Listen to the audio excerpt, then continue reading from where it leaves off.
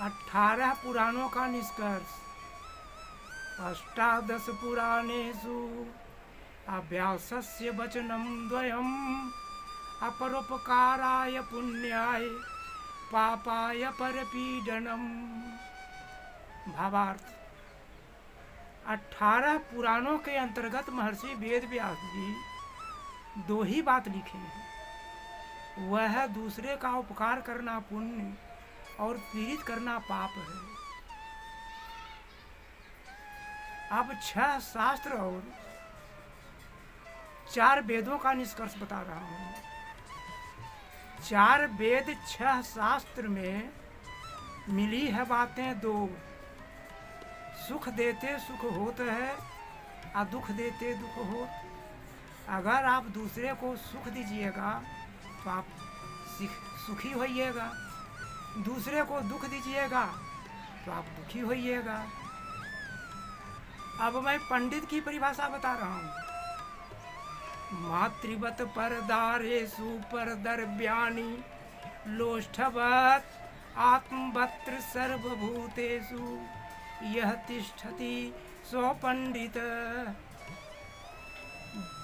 पराई बहू बेटियों को माता के समान, दूसरे का धन को मिट्टी के ढेले के समान और सभी प्राणियों को अपने आत्मा के समान समझने वाला व्यक्ति पंडित कहलाता है।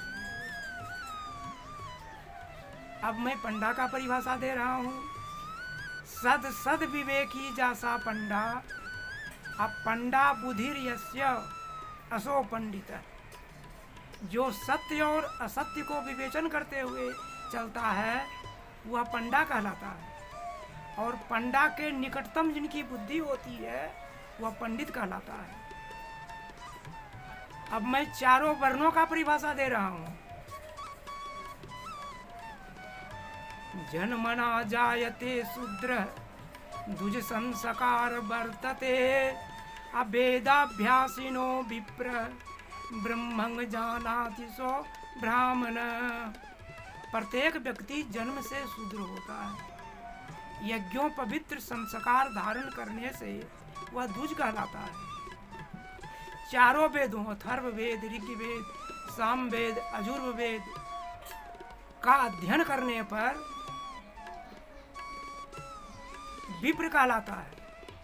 और जो ब्रह्म का मनन चिंतन ध्यान करते रहता है वह ब्राह्मण कहलाता है। अब नीति वाक्य बता रहा हूँ।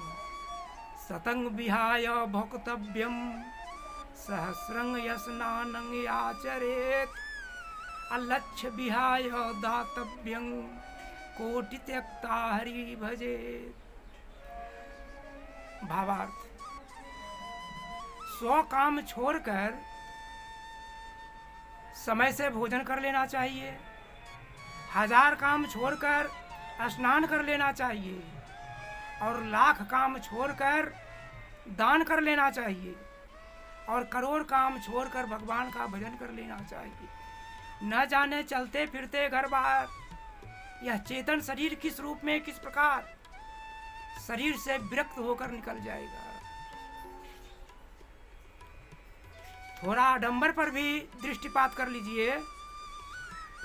बड़ा डारी रंगा कपड़ा मानती चाल दुनिया को दिखाना चाहता है, किंतु जो पहुँचे दरवेश उनके भेष धरने की जरूरत कब हुई है। कपड़ा रंगाकर, दाढ़ी बढ़ाकर, जरूरत से ज़्यादा माला पहनकर, आडंबर युक्त तिलक लगाकर लोगों साधु संतों ने अपना चाल दुनिया को दिखाते रहता है। परमात्मा के दरबार पर पहुंचने वाले सज्जन साधु संतों को भेष धरने की जरूरत न तो कभी हुई है और न तो होती है। अब धर्म क्या है ये बता रहा हूँ। धारणा धर्म इत्याहु धर्मो धार्यते प्रजा। धर्म एक धारणा है जिसे प्रजा लोग स्वेच्छा से धारण करते हैं। भाग्य क्या है? आयु कर्म चो पितृन्य चो विद्या निधन में बचो पंचएतानि ही सृजन्यते गर्भस्थ अस्थैवो नोहिन। आयु, कर्म, धन, विद्या, मृत्यु का समय और स्थान, ये पांचों चीज व्यक्ति जब अपने माता के गर्भ में रहता है उसी समय उसके ललाट में ब्रह्मा लिख देते हैं। इसके विरुद्ध चतुराई और बुद्धिवानी दिखाना व्यर्थ है।